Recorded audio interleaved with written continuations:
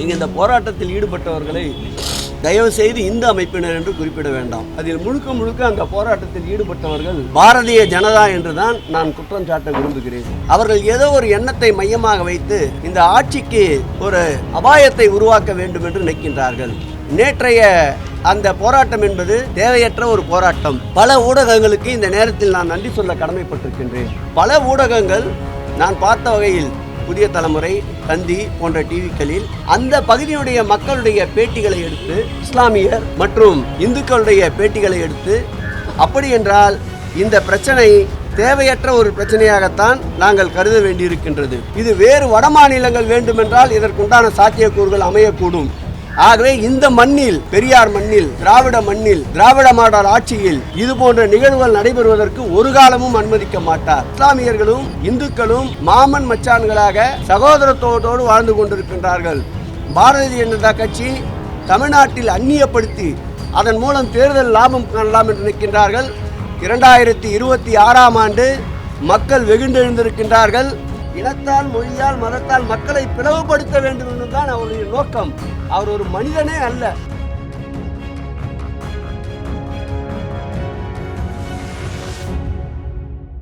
திருப்பரங்குன்றம் விவகாரத்தில் தமிழ்நாடு தொடர்ந்து ஒரு 2 வாரமாகவே 2 மதம் சார்ந்த பிரச்சனையா நிலவுது. நேற்று கூட இந்து அமைப்பினர் அங்கே போராட்டம் பண்ணியிருக்காங்க. தமிழ்நாடு அரசு நிலைப்பாடு என்ன சார்?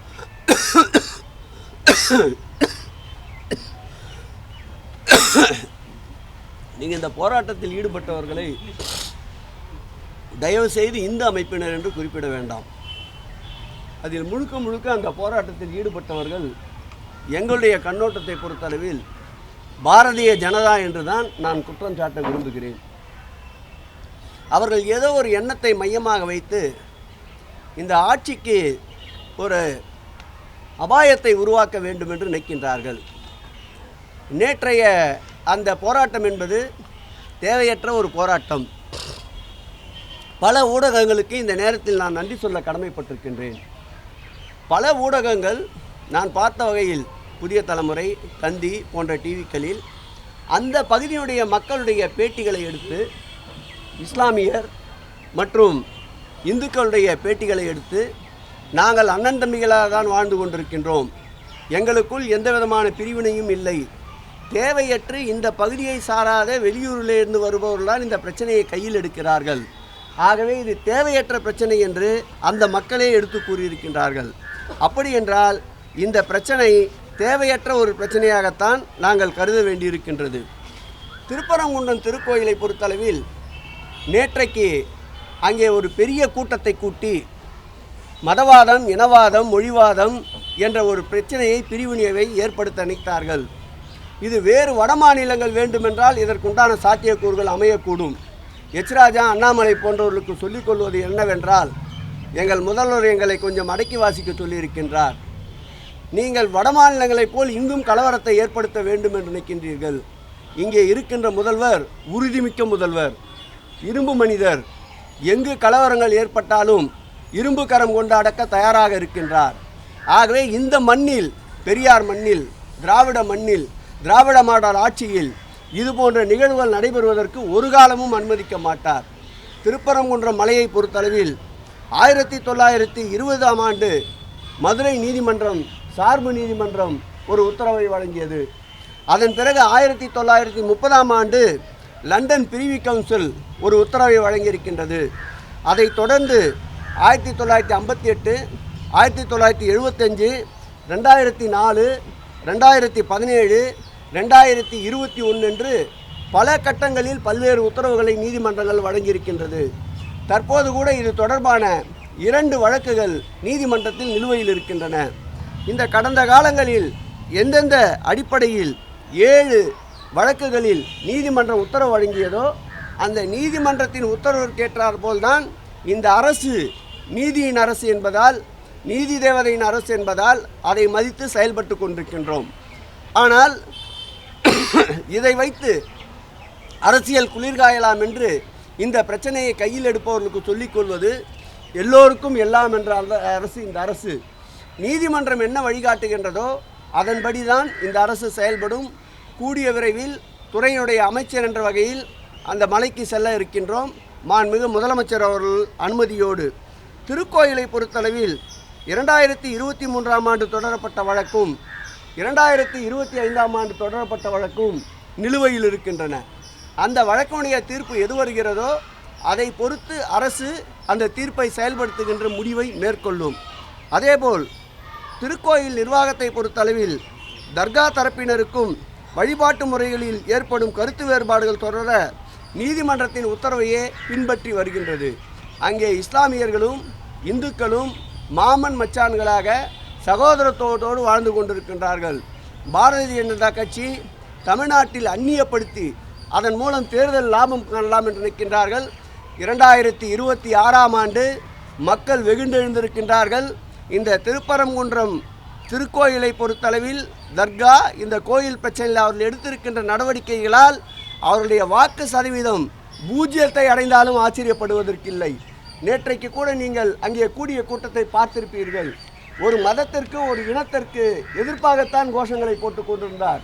பொறுப்புள்ளவர் என்று சொல்லிக் கொண்டிருக்கின்ற பாரதிய ஜனதாவில் இருப்பவரே ஒலிபெருக்கையை பிடித்து மதத்தால் இனத்தால் மக்களை வேறுபடுத்தி கொண்டிருக்கின்றார்.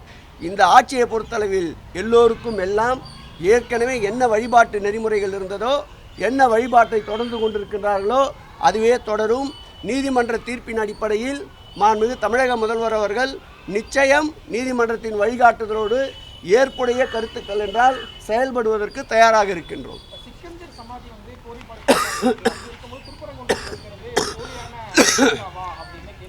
நான் சொன்னேன் இல்லை, ஒரு உள்ளாட்சியில் கூட பிரதிநிதி ஆக முடியாத ஒருத்தர் இருக்கார்ல, நீதிமன்றங்களில் தேவையானும் போது தலைக்கு மேலே இருக்கிறத கையை காட்டி இதற்கு சமானுவார். தேவை இருக்கின்ற போது நீதிமன்ற தீர்ப்பை ஆகா ஓகோன்னு பேசுவார். இரட்டை நாக்கை படைத்தவர். அவருடைய கேள்விகளெல்லாம் பத்திரிகை நண்பர்கள் அவ்வளவு செவிசாய்க்க வேண்டாம். இனத்தால் மொழியால் மதத்தால் மக்களை பிளவுபடுத்த வேண்டும் என்பதுதான் அவருடைய நோக்கம். அவர் ஒரு மனிதனே அல்ல. ஆகவே அவருடைய கூற்றுக்களை எடுத்து இது போன்று விஷம பிரச்சாரங்களுக்கு முக்கியத்துவம் அளிக்க வேண்டாம் என்று பத்திரிகை நண்பர்களை கேட்டுக்கொள்கிறேன். சிறப்பாக நடந்து கொண்டிருக்கின்றது. இன்றைக்கு நம்முடைய பழனியிலே இந்த ஆண்டு சட்டமன்ற அறிவிப்பின்படி ஒரு நாளைக்கு 20,000 பேர், எதை வேணால் கேளுங்க, 20,000 பேர்களுக்கு என்று 2 லட்சம் பேர்களுக்கு தைப்பூசத்தை முன்னிட்டு மாண்புமிகு தமிழக முதல்வர் உத்தரவோடு 2 லட்சம் பேர்களுக்கு உணவு வழங்குகின்ற நிகழ்ச்சி இன்று காலை தொடங்கி இருக்கின்றது. அந்த தொகுதியுடைய சட்டமன்ற உறுப்பினர் நம்முடைய செந்தில் அவர்களும் அந்த திருக்கோயிலுடைய இணை ஆணையாளர்கள் கார்த்திக் அவர்களும் நம்முடைய மாரிமுத்து அவர்களும் அந்த நிகழ்வில் பங்கேற்று காலையில் அந்த நிகழ்ச்சியை தொடங்கி இருக்கின்றார்கள். 10 நாட்கள் தொடர்ந்து ஒரு நாளைக்கு 20,000 பேர் என்று உணவளிக்க இருக்கின்றோம். அதேபோல் பங்குனி உத்தரவத்திலும் ஒரு நாளைக்கு 20,000 பேர் என்று 2 லட்சம் பேர்களுக்கு உணவளிக்க இருக்கின்றோம். ஏதோ நீங்களே மாற்றிங்க, யாருன்னா கேளுங்க ஒருத்தர்.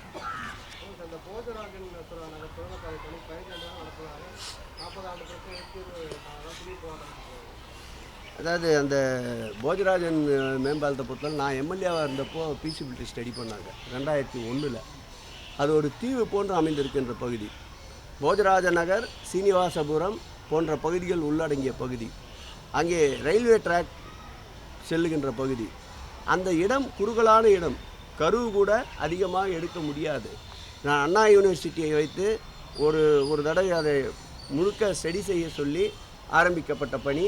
அதில் நிறைய குடிநீர் குழாய்கள், கழிவுநீர் குழாய்கள், மின்சார கேபிள்கள் அதிகமாக சென்று கொண்டிருக்கின்றது.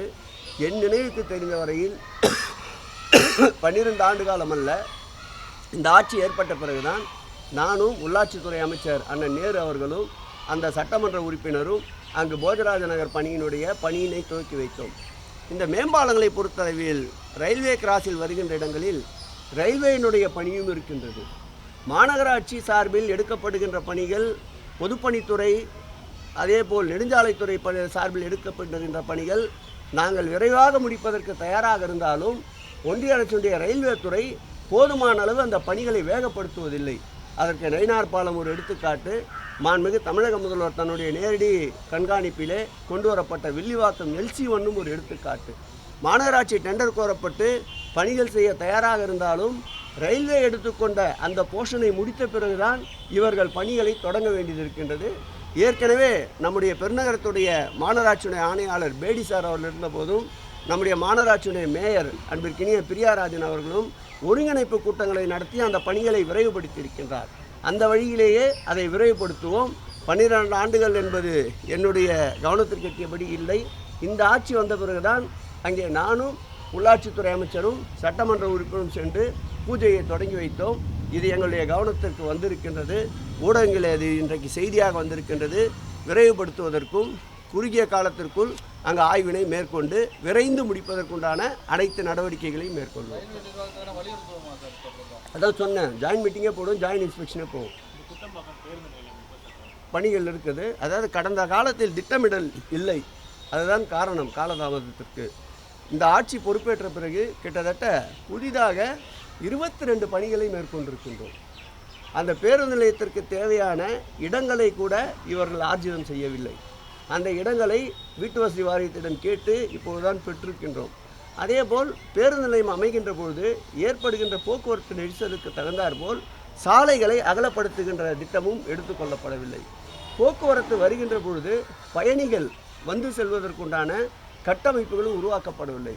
வாரம் ஒரு முறை நானும் எங்கள் துறையுடைய செயலாளர் அன்பிற்கினிய கார்லா உஷார் அவர்களும் நம்முடைய துறையினுடைய உறுப்பினர் செயலாளர் அன்சுல் மிஸ்ரா அவர்களும் பொறியாளர்களோடு வாரம் ஒரு முறை ஆய்வினை மேற்கொண்டிருக்கின்றோம்.